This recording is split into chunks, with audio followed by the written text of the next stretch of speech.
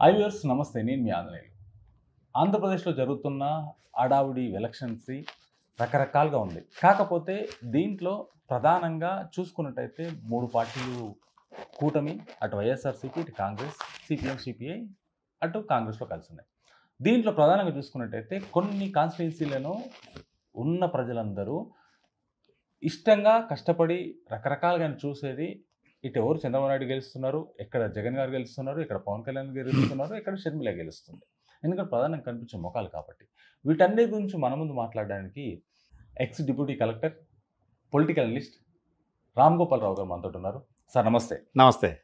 Sir ఇప్పుడు మనము Vizianagaram starting తీసుకుందాం. సార్ విజయనగరంలోని చూసుకున్నట్టయితే already sitting MLA Botcha Satyanarayana గారు ఉన్నారు. అవునవును. వైఎస్ఆర్సీపీ నుంచి. టీడీపీ నుంచి వెంకట్రావు గారు ఉన్నారు. కాంగ్రెస్ నుంచి నారాయణ జమ్ము గారు ఉన్నారు. అయితే ఈ ముగ్గురిట్లలో ఎక్కువ ఎవరికి ఓటర్స్ మొగ్గు చూపించే అవకాశం ఉంది, ఎవరినో పొజిషన్లో కూర్చోబెట్టే అవకాశం ఉందంటారు? ఇప్పుడు ఇక్కడ 2 ఆంజనేయులు గారు, ఒకటి పార్టీ పరంగా, రెండోది క్యాండిడేట్ పరంగా ఉంటుంది. ఇక్కడ వైఎస్ఆర్సీపీ నుంచి బొత్స సత్యనారాయణ గతంలో కాంగ్రెస్ నుంచి కూడా చాలా బేస్ ఉన్న వ్యక్తి, ఇన్ఫ్లుయెన్స్ ఉన్న వ్యక్తి, రూలింగ్లో ఉన్న వ్యక్తి, కార్యకర్తలకు అందుబాటులో ఉండే వ్యక్తి. కాబట్టి బొత్స సత్యనారాయణకి ఆడ ఎడ్జ్ ఉంటుంది. మినిస్టర్ కాబట్టి, సిట్టింగ్ ఎమ్మెల్యే కమ్ మినిస్టర్ కాబట్టి బొత్స సత్యనారాయణ ఏదైతుందో బేసి గట్టిగా పట్టుకొని కూర్చొని ఏదైతుందో ఎట్టి పరిస్థితుల్లో ప్రభావం చూపే. దానికి తోడు ఏంటంటే ఆల్రెడీ జగన్ సంక్షేమ ఫలాలతో ఏదైతుందో ఖచ్చితంగా వైఎస్ఆర్సీపీకి వస్తుంది. కాబట్టి దాంతో జగన్ మన బొత్స సత్యనారాయణ బయటకు రాగలుగుతాడు. టీడీపీ మీద అనుకున్నంత ప్రభావం ఏమి ఉండదు.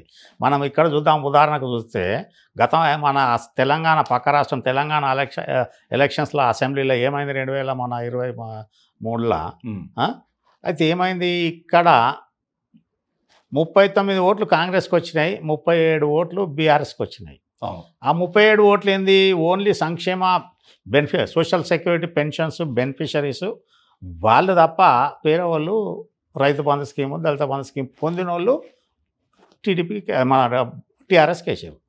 మిగతా వాళ్ళు మొత్తం కాంగ్రెస్కి వేసారు. ఇక్కడ ఇప్పుడు అక్కడ ఏదైతే ఉందో, ఇక్కడ తెలంగాణకు అక్కడ ఏదైతే ఉందో అక్కడ అగ్రవర్ణ ఓటర్లు చాలా తక్కువ పర్సెంటేజ్. ఆంధ్రలో 3,66,00,000 మీరు లెక్క చూస్తే మనకు తెలుస్తుంది. Category wise, caste wise, religion wise అక్కడ ఏదైతే ఉందో అగ్రవర్ణాల ఓట్లు తక్కువ, బీసీలు ఎస్సీల ఓట్లు ఎక్కువ ఉంటాయి. ఇక్కడ యువకులు ఉన్నా కూడా ఏదైతే ఉందో వైఎస్ఆర్సీపీకి ఎంత ఉన్నారు, టీడీపీకి ఎంత ఉన్నారు, తర్వాత జనసేనకి ఎంత ఉన్నారు. ఈ కేటగిరీలో ఏదైతే ఉందో యూత్లో ఏదైతే ఉందో ప్రభంజనం పట్టేసి వాళ్ళకి బెనిఫిషరీస్తోని రూలింగ్ పార్టీకి ఎడ్జ్ వస్తుంది. అంతేగాని వెంకట్రావు గెలిచి అంత నాకైతే అంత సీన్ కనిపించదు. అది ఎందుకంటే కార్నర్ ఎక్కడ ఒరిస్సా బార్డర్ కాన్స్టిట్యున్సీ, దానికి ప్రతిదానికి ఎందుకంటే పాపులర్ ఏది లీడర్ ఎవరు, బొత్స సత్యనారాయణ. కాబట్టి ఆయనే నయానా భయానా డూ ఆర్ డై టార్గెట్ లేకపోతే డబ్బులు పెట్టే ఏదో రకంగా బయటపడే ఛాన్స్ ఉంటుంది. బొత్స గారు మళ్ళీ ఖచ్చితంగా వస్తారు, వచ్చే అవకాశం ఉంది. వస్తారు. ఓకే.